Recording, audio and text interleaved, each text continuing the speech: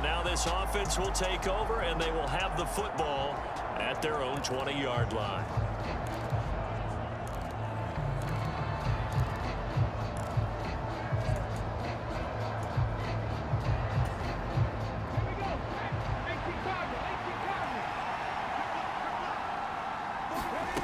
They'll come out throwing here to start the drive. Hits his target. That's Charlie Jones. And he'll be taken down, but not before they work it across midfield. It's a gain of 34. Oftentimes now, offenses aren't nearly as precise as days gone by. They just help receivers find an open patch of grass and let the quarterback find you. And that's exactly what they did on that play. First with the pass through the air, nice chunk of yardage there, and then additional pickup with his legs after the catch. A first carry for the former Oklahoma Sooner, Joe Mixon. He's got it to the 43 here. The numbers for Mixon last week, north of 100 yards, the 2 scores. And, you know, you got to give a lot of credit to the O-line. We talked a lot about him, but offensive line was good too. They're obviously in sync with each other, whether it's zone blocking, power running game, no matter what. He understands how to read them and find the creases that they provide. Here's a 2nd and 8. He'll look to throw. Oh, he tried to fit it in on the slant, and it's intercepted. Past the 20.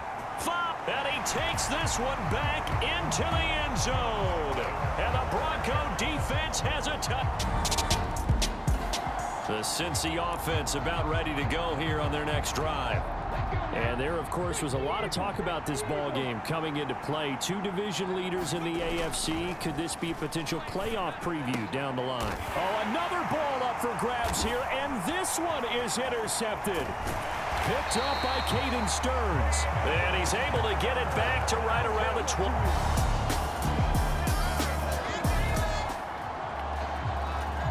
So the football will be at the 25-yard line as this offense gets set to take over. They go back to the air here after the INT on the last drive. Crossing route, and he hits his man. It's Jones. And he'll be taken down, but not before they reach the 50. It'll go as a gain of 25 on a play that started back at the 25.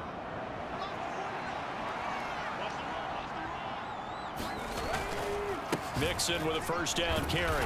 And he can only manage to get a couple. 2nd and 8 coming up.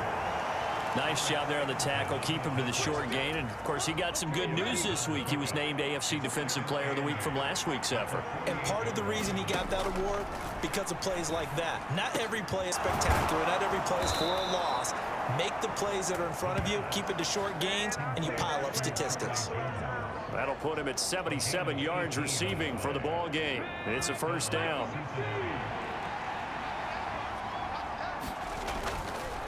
Now Joe Mixon. And he is met at the line of scrimmage, and he goes down right there.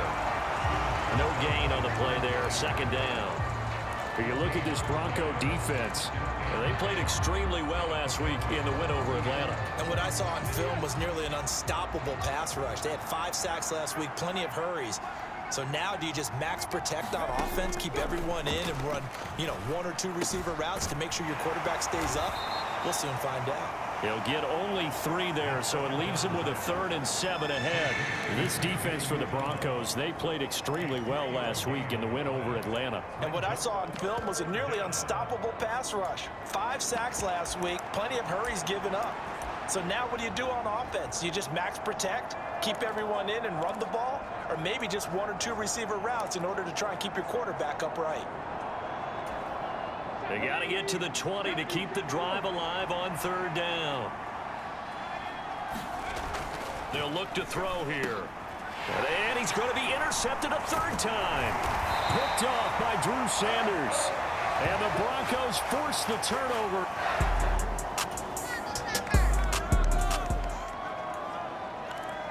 So now this offense will take over, and they will have the football at their own 20-yard line.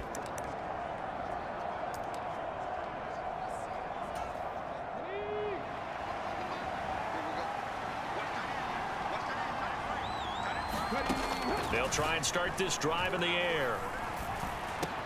And his pass is intercepted for the 4th time today. Picked off by Drew Sanders. And he'll get this back down to about the 12-yard line.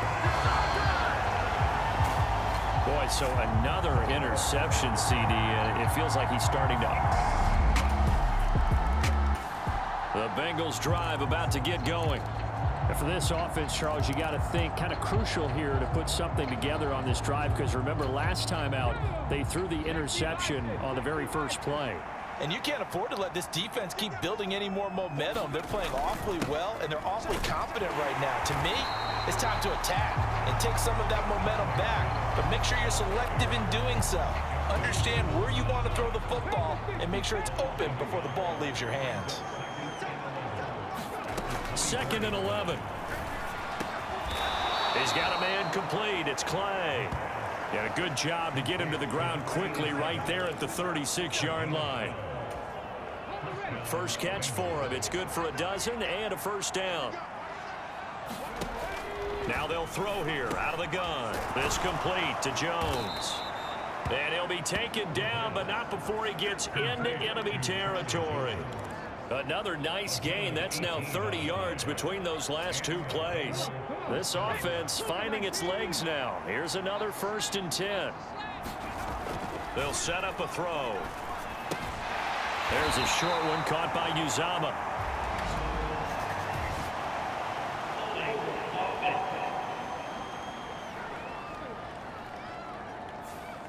That's on the guard, Alex Kappa. So following the hold, they're in a bit of a hole here with a 1st and 20. They're going to look to throw. There's a short one caught by Uzama. Call it a gain of 12, but of course not a first down due to the previous penalty. Brandon, perfect defense in this situation would have meant that there was an incompletion. They would have picked it off. Okay, so they gave up the completion. But I really enjoyed watching how the defense stayed in sync, stayed in great communication, and as he dragged across each zone, you see him pointing, communicating. There he is, and they passed him off to each defender. Ended up making a nice play, even though it was complete. That is caught. It's Uzama. And this is going to be another first down as they'll make the tackle at the Broncos' 31-yard line. The Bengals passing game finding a rhythm. They've got another first. They'll look to throw again. Over the middle, it's complete. And down inside the 15, shy of the 10. Another big gainer that time. This one goes for 19 yards. From down at the 12, it's 1st and 10. Back to throw again. This will be caught just inside the 10. And now they're inside the 10 as he's brought down at the 9. Call it a gain of 3 on the play. And it's 2nd down. A draw play for Mixon. And he will maneuver his way down to about the 7. Now the Bengals going to use the first of their timeouts as the clock's going to stop with 47 seconds to go in half number 1. They'll break the huddle and come up on the 9th play of this drive, needing 5 yards on 3rd down. They'll look to throw. That's to Chase. He's got it. Touchdown, Cincinnati. Jamar Chase.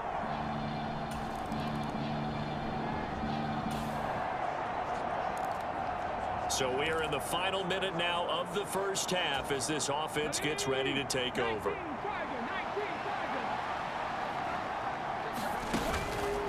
They go play action here on 1st down. Looking deep here for Chase. And got his man complete. The Bengals going to use the 2nd of their timeouts.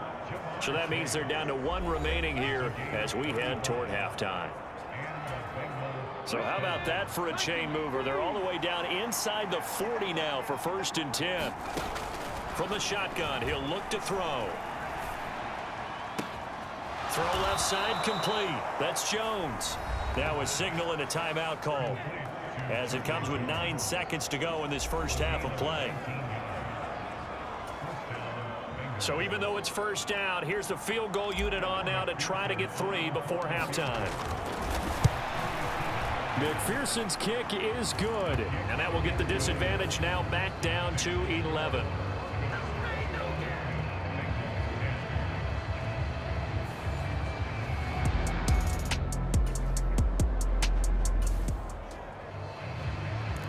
This offense ready to get back out there as they'll have the football to start the third quarter.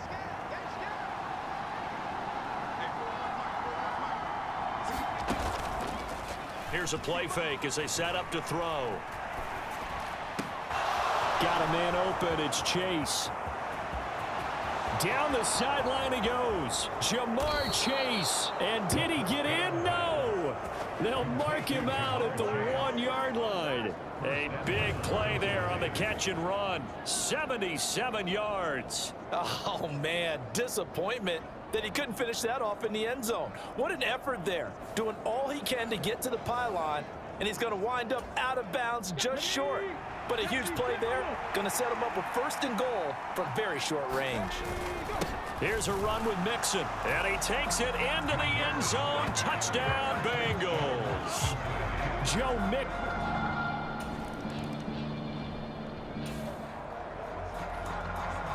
After an excellent punt, this offense in a tough spot down inside their own 5.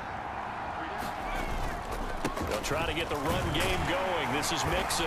And a nice pickup as this one gets him to the 10-yard line. It's a 7-yard carry to set them up with a 2nd and 3. I think they're ahead of schedule now after that run. They might be bold with this 2nd down call after that type of a gain.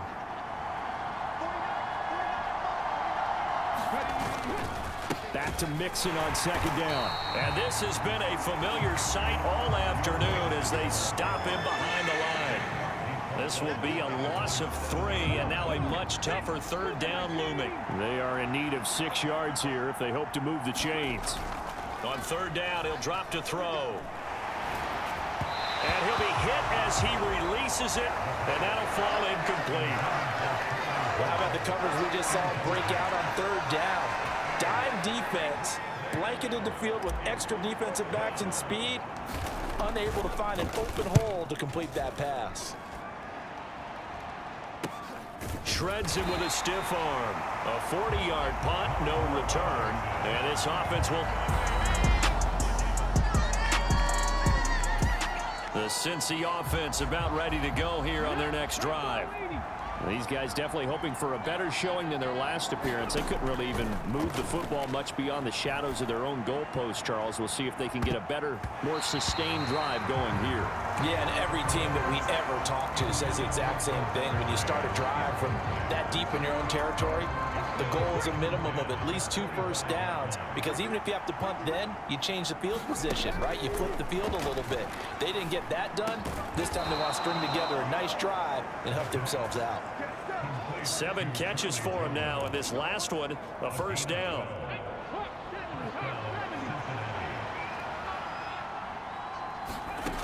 They'll drop to throw. Open man downfield is Chase. He's got it. And all the way in for a Cincinnati score.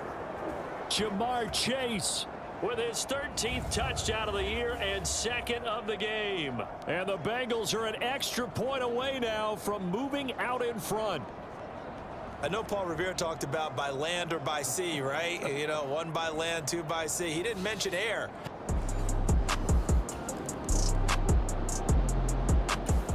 The Bengals drive about to get going.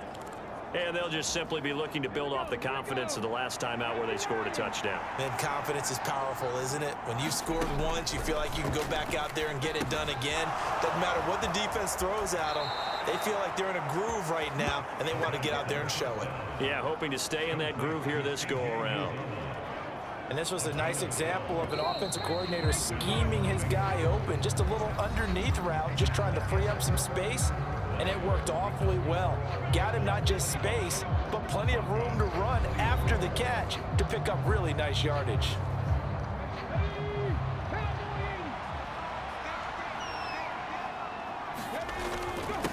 On the run, it's Mixon. And he'll get this into enemy territory, but not by much as he's down to the 48.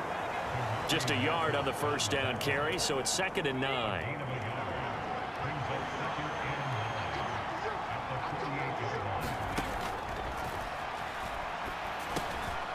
Now a dump off here complete, and he's got this down to the 35. It's a gain of 13, and the Bengals have a 1st down.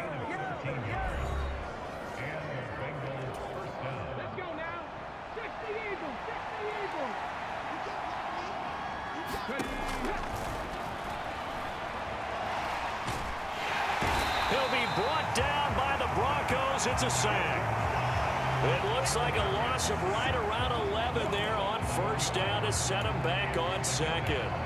That's their first time getting to the quarterback, sack number 1. And, you know, they had 5 last week, I'm remembering. And you have to find a way to slow down the pass rush, not necessarily with just protecting your quarterback, but you show them a lot of different looks, and they did that in the first half. You know, different angles, different things to slow down the speed. They got to him here in the second half. Now they've got to come up with a counter to that and maybe do something different. This offense so far on third down, just 1 for 3 thus far. This is 3rd and 4. That is caught down inside the 10. And finally wrestled down at the 8-yard line. They're able to convert on third down, and that sets up a 1st and goal.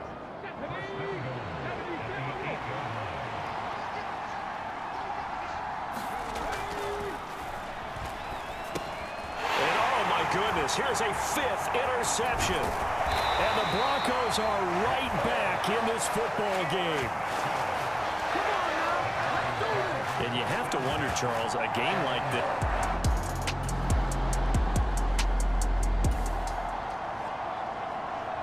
Both offenses have been clicking in this one. A lot of points on the board. We'll see if that trend continues. Trying to shake off the interception from the last drive. He'll look to throw. Being chased out left. And he gets this inside the 35-yard line. 4th quarter, 2 minutes on the clock in a tight 1-point game. So the Bengals in possession of the football here as we get you reset. They've got a 1st and 10 as they look to try and finish this one off. 5 points of contact necessary at this stage as they'll run on first down.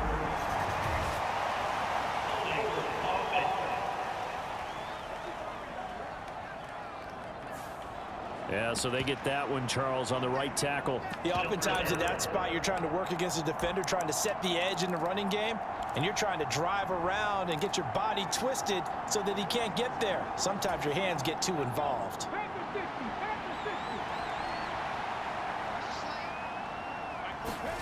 That one looks like he'll throw here. He's going to rifle one deep left side. And all the way in for a Cincinnati score.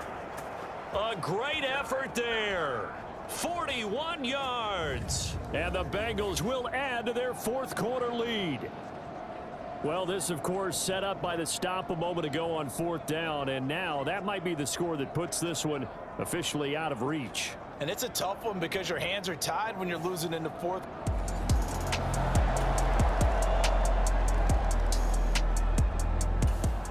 The Cincy offense about ready to go here on their next drive. Well, partner, here it is. They've got the chance to win the game. You'd have to think they need to get it near the opposite 40 to have a chance to kick a game-winning field goal. We'll see what they can do. And you're right about that, because if we look at it in macro, that's what it looks like. But I think in micro, the head coach has already asked the special teams coach, what is he feeling? What does he think? Where does he want the football? What's the yard line we have to get? And he's already relayed that to his quarterback and his offense. They know what the goal is. Now the key, can they get there? Back to throw now on first down. He completes it to Jones. Now the Bengals going to use the first of their timeouts, as they'll stop him with a little over 30 ticks to go in the football game.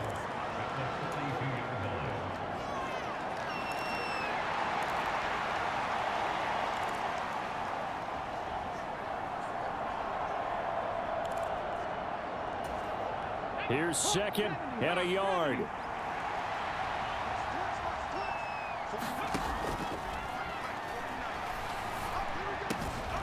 That's caught by his tight end, Uzama. And he is out of bounds, but not before he's inside the 30. Tell you what, he's been able to put the ball in some tight spots all game long. That throw, no different. Yeah, a lot of people would call it a gutsy type of a throw. I think he looks at it as, I can do it, so it's not that big of a deal to me, and I'm going to keep firing. This is Mixon. And taking it to the 15-yard line before he's brought down. The Bengals going to use the second of their timeouts as the clock will stop with an even 20 seconds left to go. Well, this offense still has the one timeout here, remember. 1st and 10. They'll stay on the ground, mixing again. This will be stopped about 2 yards shy of the marker. 8-yard gain, 2nd and 2. Now the Bengals going to signal for their 3rd and final timeout. That'll be their 3rd and final stoppage here as we step aside. Now the Broncos are going to call the first of their timeouts. That'll leave them with 2 remaining. We'll be back after this.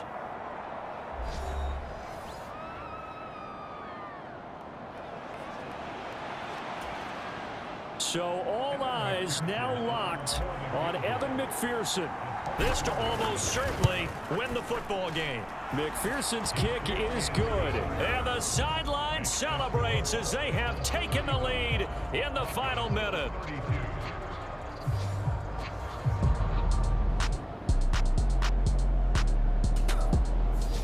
Well, this fan base on the losing side, Charles, they're going to be talking about this one for a while. They ultimately decided to try to come up with a touchdown on that last play when all they needed was the field goal to force overtime. Yeah, and the reasoning behind it, that's what we're all waiting to hear, because sometimes there's things that we don't see on the surface. Did the coach feel like, if they tied the game, they couldn't go any farther, they had too many injuries? I'm not sure what was going on there, but I'm with you. I'm stunned they didn't try and kick the field goal there. So for Cincinnati, their playoff chances take an uptick as they move to 7-4. And they'll get another road date next week when they take on Washington. Meanwhile, for the Broncos, we'll see how this affects their playoff standing as they fall to 7-4 now on the year. And they'll be on the road next week as they travel to Pittsburgh to take on the Steelers.